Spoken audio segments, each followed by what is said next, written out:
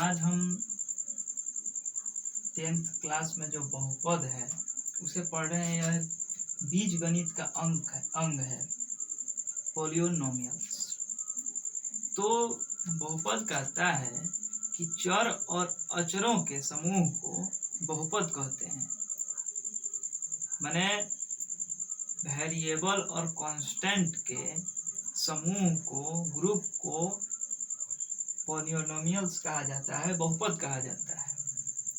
जैसे कि पहले तो हम इसका बेसिक समझते हैं कि जो अक्षर संख्याओं को दर्शाने के लिए प्रयुक्त किए जाते हैं उन्हें हम बीज कहते हैं। जो अक्षर संख्याओं को दर्शाने के लिए प्रयुक्त किए जाते हैं उन्हें हम बीज कहते हैं। और गणित की वह शाखा जिसे हम बीजों को प्रयोग करके समस्याओं को हल करते हैं उसे हम बीज गणित कहते हैं।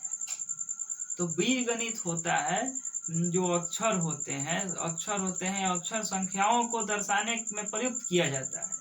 अक्षर जब संख्याओं को दर्शाने में प्रयुक्त किया जाता है तो उसे बीज कहते हैं। और जो गणित का सॉल्यूशन होता है उसे बीज के मदद से हम हल करते हैं तो उसे हम बीज गणित कहते हैं। तो यह बीज गणित होता है। तो आता है इसमें दो टर्म वेरिएबल और कांस्टेंट। बहुपद में दो पद आता है, चर और अचर, वेरिएबल और कांस्टेंट। तो वेरिएबल होता है कि जिसका मान बदलता रहे, स्थिर न हो, अस्थिर हो, उसे वेरिएबल कहते हैं। और जो जिसका मान स्थिर हो, समय के साथ न बदले जिसका मान, वो कांस्टेंट होता है, अचर होता है।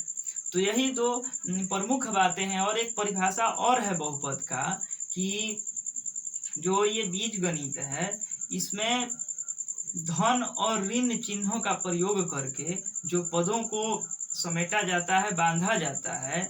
मान लीजिए कि जैसे x² - 2x + 3, तो ये ऋणात्मक और धनात्मक चिन्हों का प्रयोग करके एक साथ किया गया, समन्वय किया गया सभी अक्षरों को, अचरों और अचरों का, तो इसे भी हम बहुपद कहते हैं।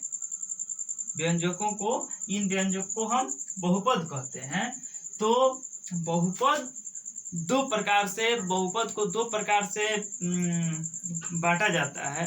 पहला तो है पद के अनुसार और दूसरा है घात के अनुसार। तो पद के अनुसार होता है एक पदी, द्विपदी, त्रिपदी और शून्य बहुपद। तो एक पदी होता है कि जिसमें एक पद हो, जिस बहुपद में एक पद हो, एक पदी बहुपद। जिसमें दो पद हो, द्विपदी बहुपद। और जिसमें तीन पद हो, त्रिपदी बहुपद कहते हैं। और शून्य बहुपद होता है, देखिए कि मान लीजिए कि जैसे कि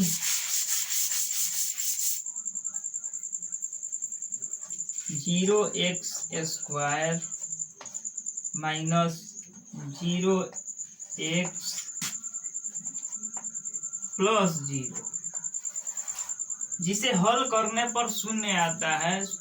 इसको मान लीजिए कि इसको सॉल्व करिएगा तो 0, उसके बाद x² है तो 0 से x² में गुना करिएगा 0, माइनस 0 में 1 से गुना करिएगा 0, उसके बाद 0 में 0 जोड़ दीजिए 0, फिर इसको 0 घटाइएगा उसमें से 0, तो 0 ही रह गया। तो शून्य बहुपद इसे ही हम कहते हैं। उसके बाद एक और तरीका है इनको विभक्त करने का, घात के आधार पर। तो घात के आधार पर भी 3 प्रकार से बांटा जाता है बहुपद को, एक घातीय, द्विघातीय और त्रिघातीय बहुपद।